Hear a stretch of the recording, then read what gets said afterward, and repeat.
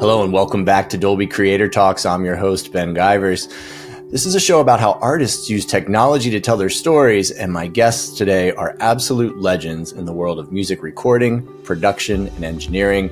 Rhett Davies, known for his work with Brian Eno, Roxy Music, Bryan Ferry, Dire Straits, and the B-52s, to name just a few, joins Grammy-winning mix engineer Bob Clearmountain, mixer for the likes of the Rolling Stones, Paul McCartney, David Bowie, Bruce Springsteen, and so many more to talk about their Dolby Atmos mixes of Roxy Music's Avalon and Bryan Ferry's solo record, Boys and Girls. They dive deep into the background of the recording and engineering processes they used on these and other legendary Roxy Music records in the 70s and 80s, how they used the original multi-tracks to go from 5.1 mixes in the early 2000s onto the beautiful Dolby Atmos mixes they've done together today. It was a real treat hearing them share these stories from inception to Dolby Atmos over the course of 40 plus years. Enjoy.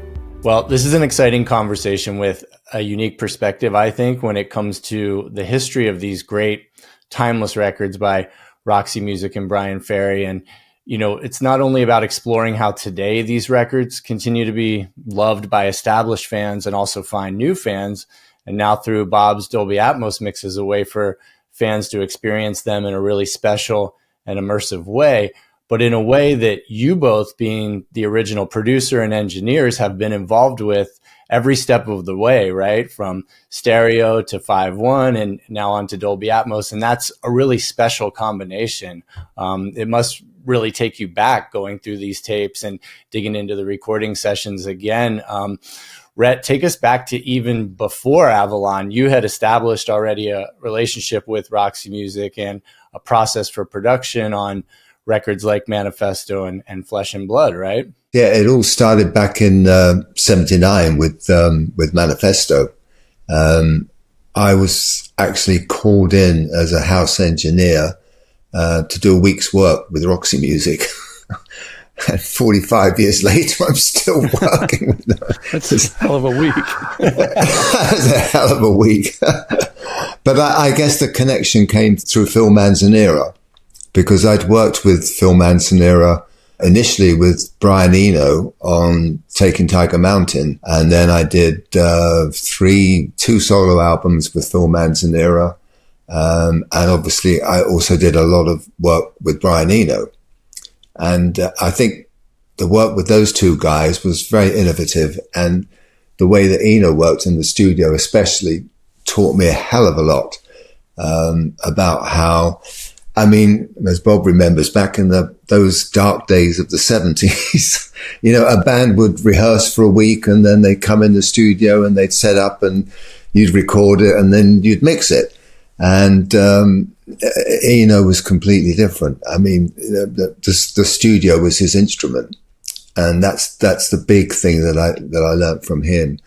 But I guess the connection with Phil Manzanera, he probably said to the guys in Roxy Music, "Hey, well, you know, Rhett's available. He's a good engineer. Let's get him in for a week."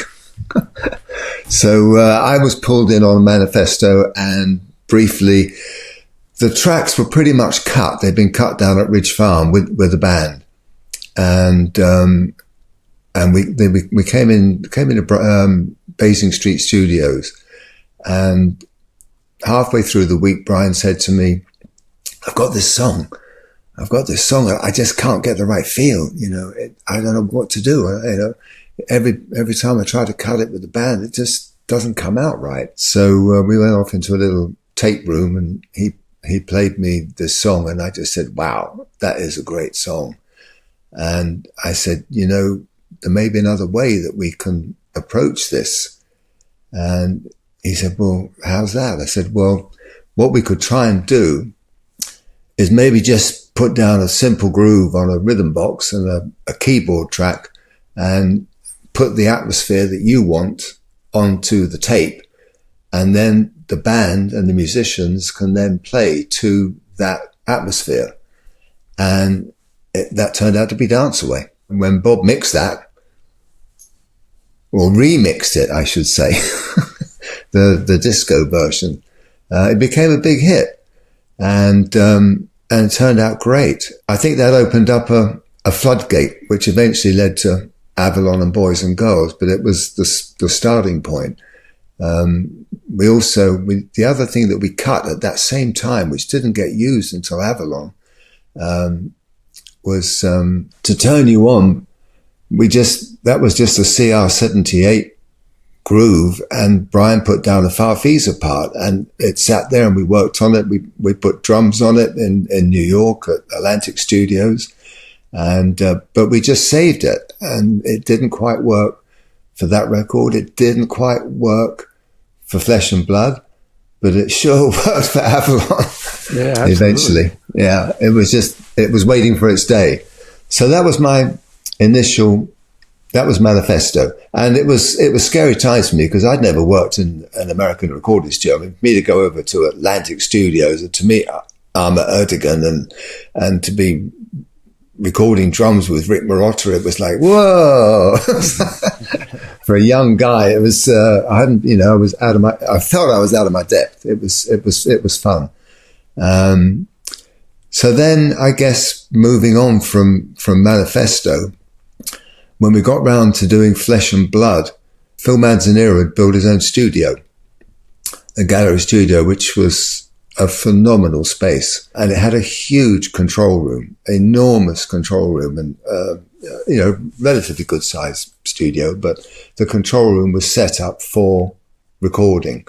It was just a fabulous atmosphere to experiment and Flesh and Blood, some of the songs were written.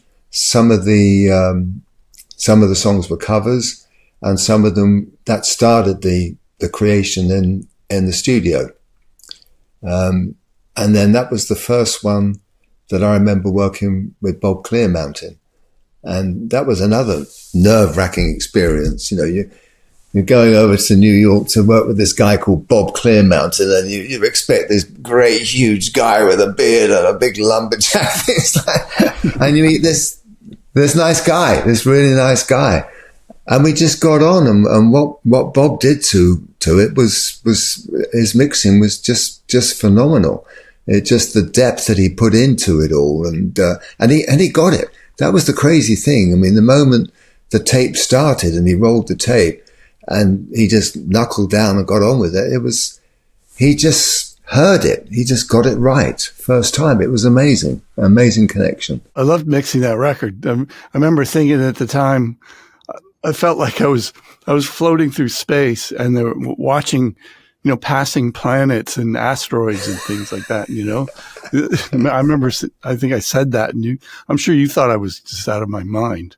It's like, what's wrong with this guy? I remember you saying. Yeah. No, don't mention the drugs. I remember you saying, I always stay clean, actually. But I remember you saying when you were mixing, you were going, hey, well, you printed all the delays, like the guitar would have the delays built in. And I said, well, yeah. I said, I want it to, every time I put it up, I want it to sound how it's going to sound. And I remember you remarking on that and saying, well, we normally put the delays on afterwards. But that was the way we worked. And, the Flesh and Blood had a core band to it. It was, Paul Thompson had left the band at that stage, but Phil and Andy, they brought songs in and they played on it. And there were core musicians, like Alan Spenner. And when we came to New York, I think Schwartzberg did most of the drums on Flesh and Blood, Bob, didn't he? I think so. Yeah. I think Newmark did one or two. Yeah. Yeah, I remember because I had brought Alan in for Dance Away to overdub the bass drum because we put a different bass drum part on Dance Away before we mixed it. I think he did most of the drums. That was the first time we came over and did recording with Bob at the power station. And those rooms were just great for drums. Fantastic. Just really good. Bob got an amazing sound on that. And I thought I'd heard reverbs in my life, but not till you get to the power station. Boy, the depth that added to the records was phenomenal. It really was. Well, we had that big live chamber, that big stairway, 75-foot stairway that was wired up. And, which you've managed to recreate now. Yeah. Pretty much. I got close to it anyway, I think. Yeah, I think so. Yeah. Doing the recalls, that was a tough one to recreate that. Yeah. But, I think Flesh and Blood we started to do some studio writing, and some of the songs were started there. But I mean, it was a transition album. Bob, maybe you can take us a little bit inside Power Station. It was a unique space, right? It was a favorite spot of like Nile Rodgers and Chic, who, Nile would of course go on to play on Bryan's record and produce David Bowie. But I'm curious about, the uniqueness of the space. You talked about the reverb chambers a little bit, but also, how doing that first remix of Dance Away kind of sparked an idea for you about the possibilities of immersive mixing and, what could be possible with, more space and more speakers to mix in.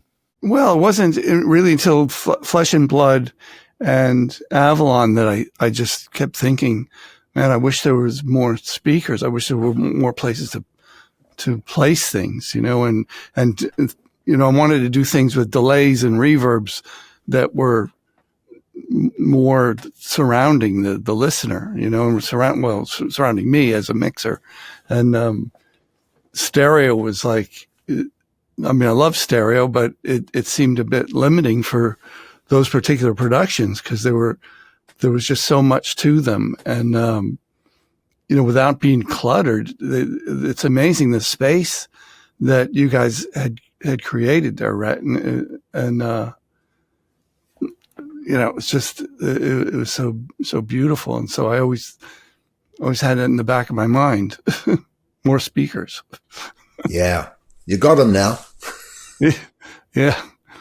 We did have that incredible chamber, 75-foot stairway that I wish it still existed.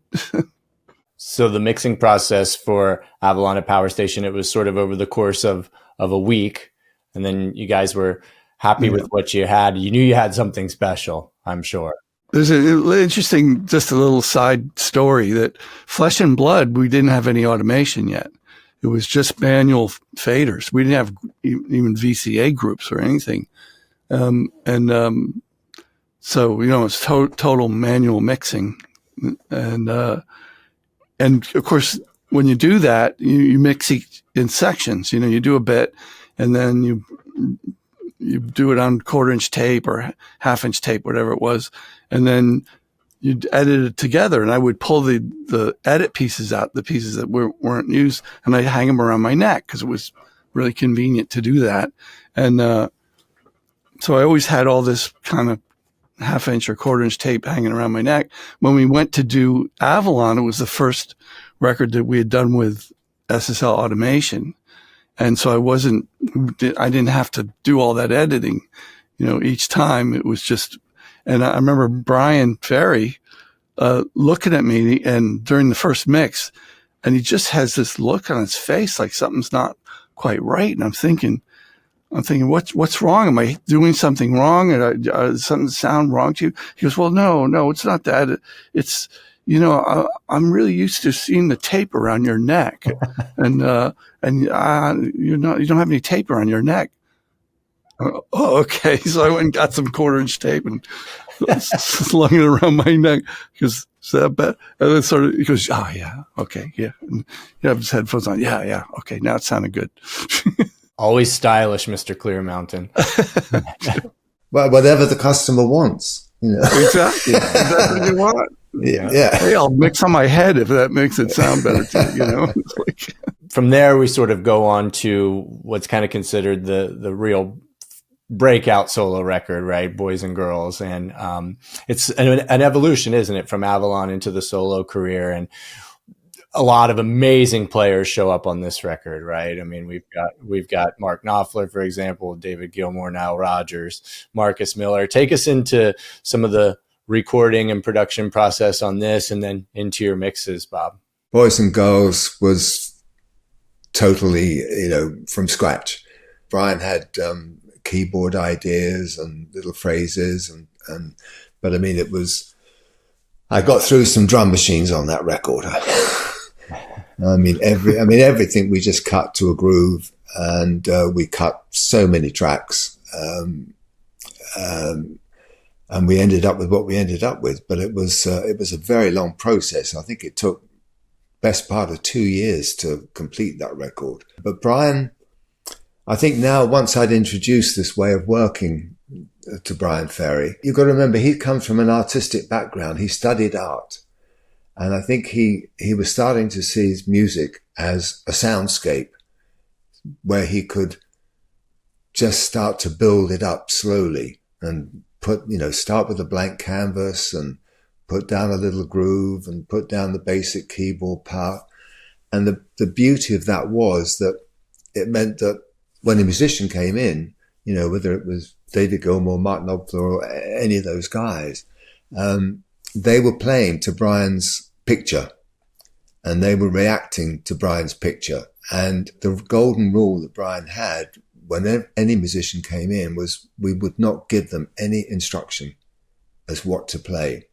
We would just play them the music and then see how they react, see what they play, and then say, that's it. That's the part, whether it's Neil Jason or whoever, the bass part. Bryan works a lot around the bass. The bass is crucial to his voice and his singing and how he works out. We spent many, many days doing scat vocals. Bryan would record a scat vocal, many scat vocals. We would actually comp the scat vocals into a shape that he could hear certain vowels start to appear. So when a musician was playing along a guitar, bass, or whatever, they could hear where the vocal was going to be and kind of what it was going to be saying, but not clearly. So they were reacting to what was down. And then obviously we just built up and built up and built up on that. And then Bryan he'd then come back in and he'd say, I just want to redo the scat on the verse, because he obviously was working on the lyrics all the time during the making of the record, but never revealing them until the final thing. And we then work on a scat vocal on the verse and edit that in. And so you knew that he had ideas lyrically in his head. But I think it was a great way for musicians to instantly feel what the music was about. And I think when getting back to the picture, slowly, that picture built up, which is why you end up, as Bob will say, when you're mixing it, there's like a little guitar noise here, and then there's a little keyboard part going on over there, and then something pops in over here. And we just picked all those bits out. And that's why it took 2 years to do it. And you were flying things in off tape, right? Like the way nowadays people just cut and slide things around in Pro Tools or Logic. I mean, Rhett was actually, he'd take a guitar lick and fly it off onto a piece of 1/2-inch tape and then fly it in someplace else. And sometimes it would be, like there would be like 2 different guitar players or 2 different licks that would make up the same solo or the same little guitar section. I remember him saying, that guitar part there, isn't that, Gilmour or something? And you'd go, well, no, it's actually Gilmour, and then it's somebody else. Exactly. Yeah, I was crossfading Mark Knopfler's solo into Gilmour's solo just to make the guitar solo that we wanted. And it was amazing. Yeah. I mean, that was a lot of the tape flying in was slightly earlier, but by the time we got to there, we were using an Eventide AMS, which had, Oh, you were? a lot on Boys and Girls. Yeah, a lot. And then a new one would come out, and there's another 1/2 second. We can add that now. Now we got up to 2 seconds. Now we got 2.5 seconds. Kept buying the latest bit of software or hardware to go in there and make it longer. And, we'd fly those in. I mean, the other thing on Boys and Girls that I really got into, or Avalon as well, is there's a lot of trigger stuff going on those records, where we'd take a keyboard part, the drum machine would be programmed, and I would sometimes have false drum percussion things which weren't in the record, but would create the trigger for a keyboard or for something. And what I would do, my favorite instrument in the studio was the Roland RE501 delay. I mean, I just used that to death all the time. And I just had a setting on it that I marked for China graphs, and I only had to move it like a fraction each way, and it just seemed to work on everything. And I just love quarter note triplets. Put something on a quarter note triplet and it just starts, a rhythm just happens, and a groove just happens straight away. So so I think the flying in of the tapes was earlier. We still had to do it for long sections, but I mean, the digital age was upon us. Such amazing creativity in not only the musicianship and the playing of the players on the record, but you're using the studio and the desk as an additional instrument as well, and that all coming together. The main thing about Boys and Girls is that the musicianship on it is just the musicians that played on it and sang on it. I mean, just outstanding. I mean, to be working with those people was incredible. I mean, as Bob said, one day Mark Knopfler's in the studio, and then the next day, David Gilmour's like, wow, it's incredible. And I'm sure, hearing these bits again in Atmos is very revealing as well, resurrecting them for now another mix. And we're going to get into some of that in a moment. But Bob, I was hoping, you're sat now in your Atmos enabled studio, and we'll get into the Atmos mixes, but I was hoping you could share a little bit about the space there in your system, because you've got a kind of a unique setup that allows you the flexibility of mixing Dolby Atmos with your SSL and your Symphony IO by Apogee. How did you sort of put that together, and what sort of flexibility and opportunities does that provide to you in your room there? 25 years ago, whenever it was, when 5.1 became a thing for about a few minutes there, my wife Betty said, of course from Apogee Electronics, she said, "Oh, you should be mixing 5.1 because you should be on the whatever the cutting edge thing is."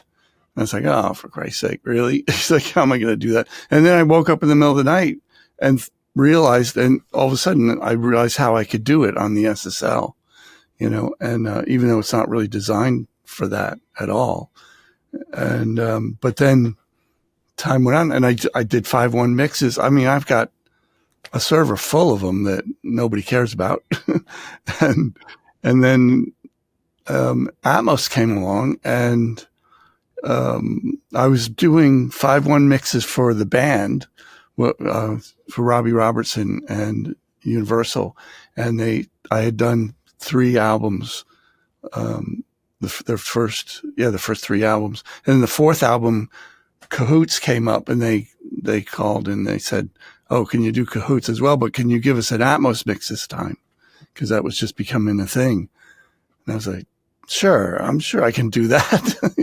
And so then I upgraded the room. I got the Symphony IO. We actually upgraded the software and firmware for the Symphony IO because my association with Apogee, and we designed a whole way of being able to use it for controlling the speakers, besides it being the interface on my print rig. Because I'm sitting in front of my 2 screens now. I have a multi-track rig and a print rig, and so it's all obviously Apogee, but the Mark II is on the print rig, and that's also controlling the monitors, and so that worked out really well.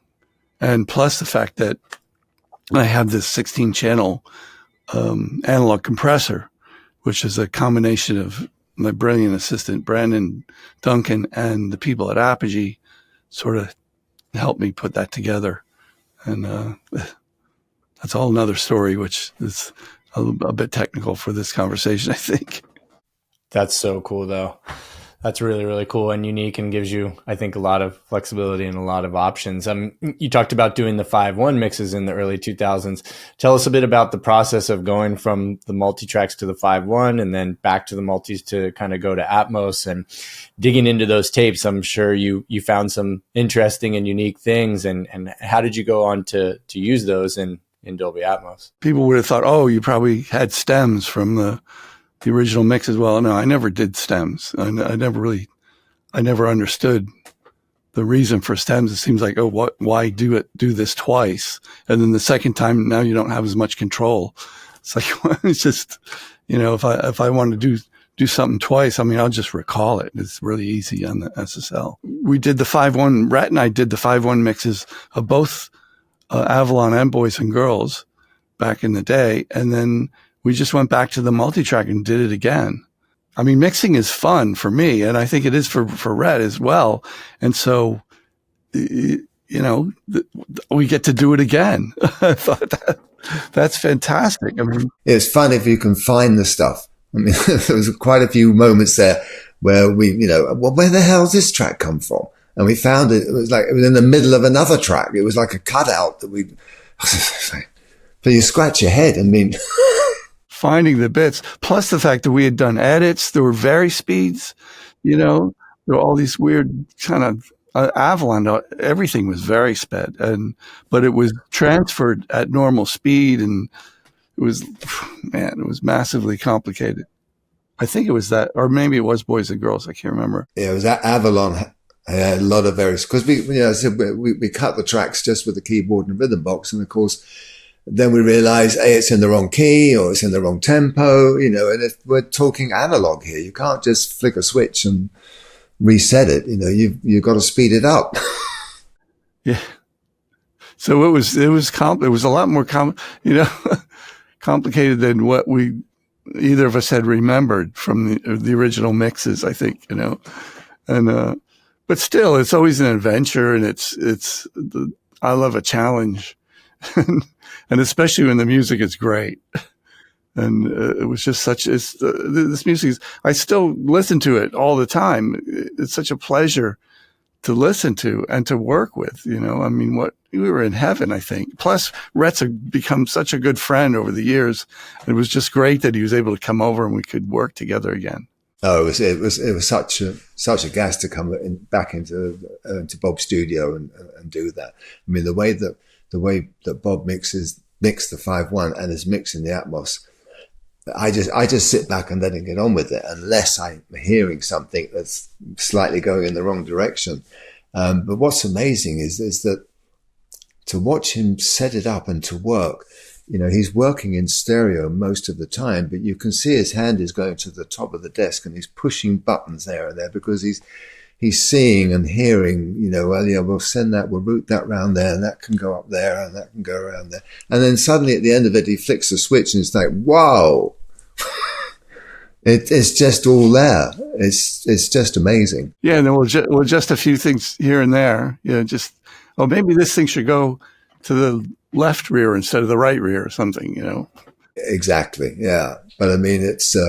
Trying to match it was, Bob does a great job matching it. But there are certain things that, sometimes I'll say, well, the groove isn't quite right on that. It's got to be, there's a bit more of the cowbell or whatever it is. And you go, okay, yeah, we'll try that, To have Rhett there because he would just catch stuff that I didn't quite get, that from the original. Well, I think the questions that Bob always asks the question, are we trying to match the original or are we trying to improve the original? And I said, for this record, we're trying to match it.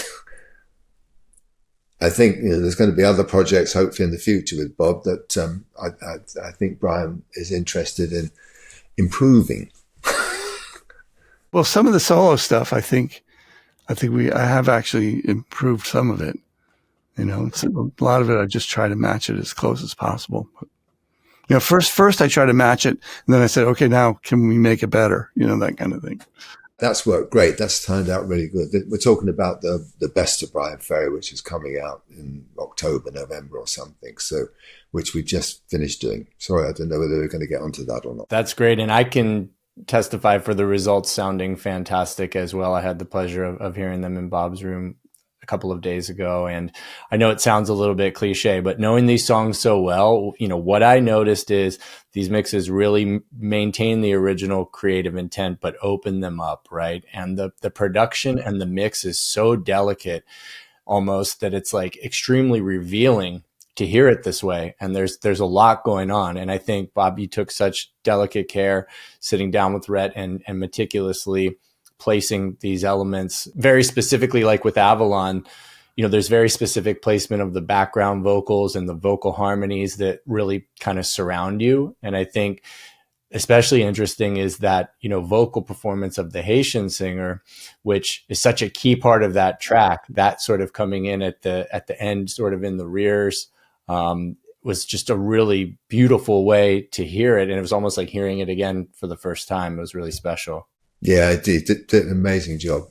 Amazing job. Well, it was the two of us, really. I mean, Rhett, you're putting a lot, you're giving me a lot of most of the credit, but Rhett, it wouldn't have happened. It wouldn't be nearly as good if Rhett wasn't there, for sure. Yeah, but I couldn't do it without you, Bob. Okay. Yeah. We're a team. Let's put it that way. I know that you would have done a great job had I not been there, but I think hopefully me being there just made it, gave it that extra % to make it, to make it worthwhile. Absolutely. And I thoroughly enjoyed it. Thoroughly enjoyed doing it, and it's been great. I just wish I could hear it at home. I don't have an Atmos set up at home yet.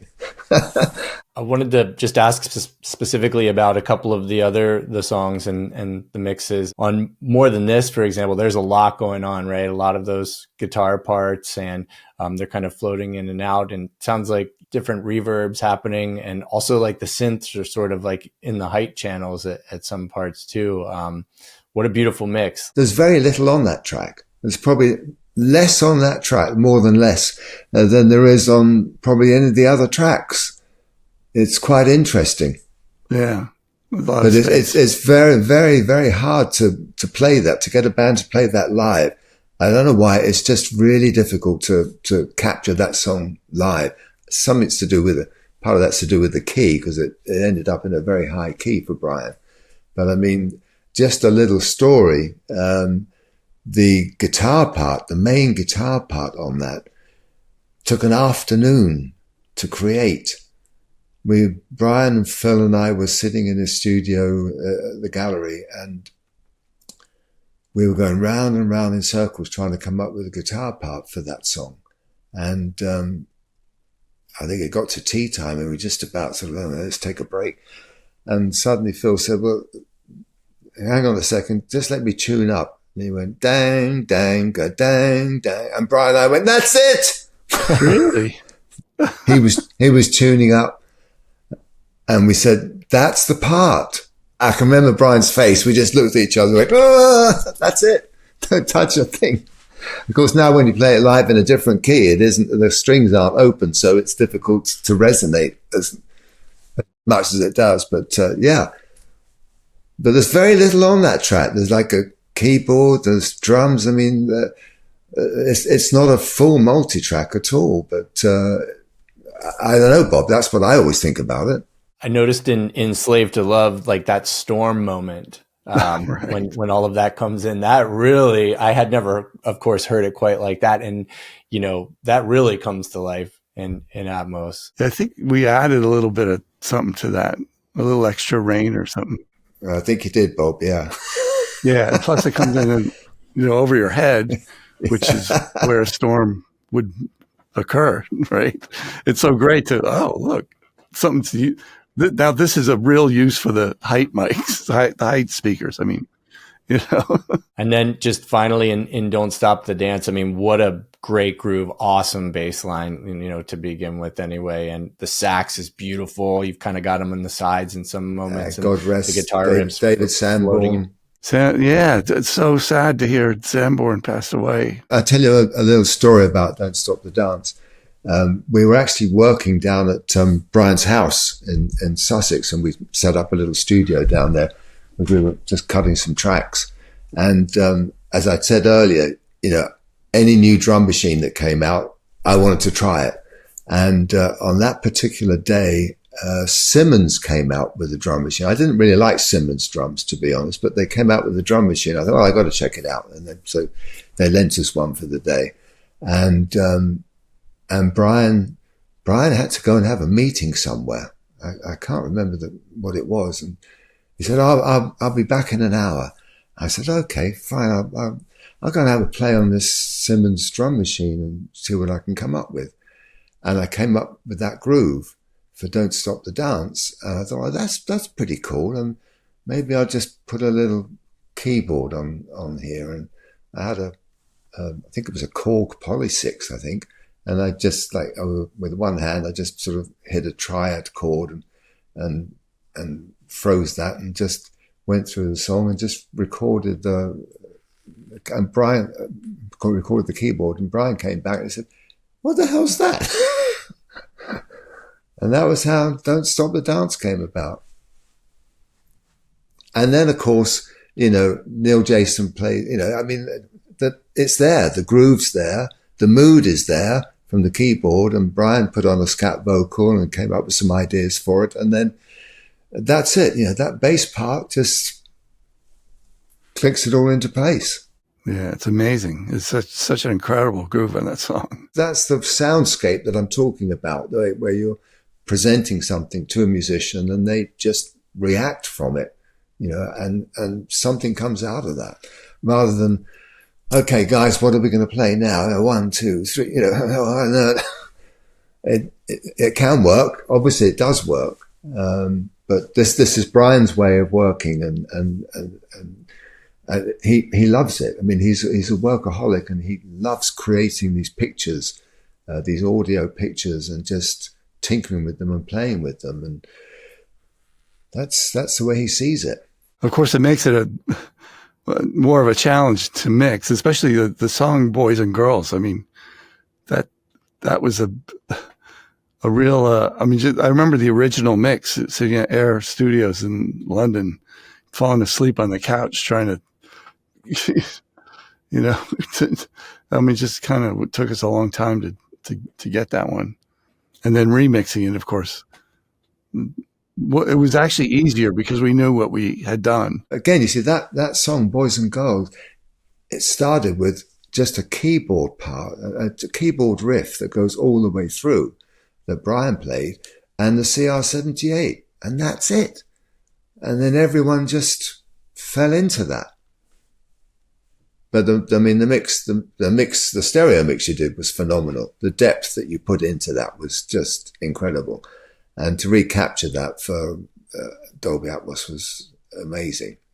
I knew it would come out that good. Yeah, it really did. I think it came out great, but it was, you say when everything fell into that, well, there was a lot to that everything. There's so much stuff on there. There was a lot of little bits of sounds, As you said, though, it was a hell of a lot easier to remix than it was to do the original mix. I think that goes for most of Boys and Girls. I think the original mixes were tough, because we were so close to it then after 2 years of working on it. And, I don't know, there's very few studios left in the world where we didn't work. Yeah, I know. I think just the mix alone we did in like 3 different studios, right? I think there was Power Station, Electric Lady, and Air, if I remember correctly. The last thing I wanted to ask you about in terms of the Atmos mixes, sometimes the moment of truth comes with the artist hearing it, right, and approving of these mixes. It's a big moment, isn't it? Maybe you could share a little bit about how Bryan and team hearing the Atmos mixes went down and what their impressions were of hearing it. Well, Bryan heard the Atmos mixes first at Air Studios mastering, and it just loved it. Absolutely loved it. I think luckily he was in LA recently, and he actually came to Bob's studio to hear more. And that environment, to hear it there, is very special, very special. And I think he told me when he listened to Avalon, he was in tears. He was actually in tears listening to it. So that shows you what he thought of it. Then on another day, because they couldn't make the day that Bryan came, Phil Phil Manzanera and Andy Mackay came over to hear it and just fell in love with it. Just fell in love. I mean, Phil Manzanera doesn't get 5.1 or Atmos as much as other people do. He said, well, it's another gimmick, mono, stereo, 5.1, whatever. What's that guitar doing coming out of that speaker over there? He doesn't quite, get it as much, but he could see that what we'd done was true to the original. And Andy Mackay loved it. He said, I don't think it's ever sounded better. Excellent. Well, Bryan, when Bryan was here, I mean, I swear I've never seen him smile so much, because he doesn't generally smile a lot.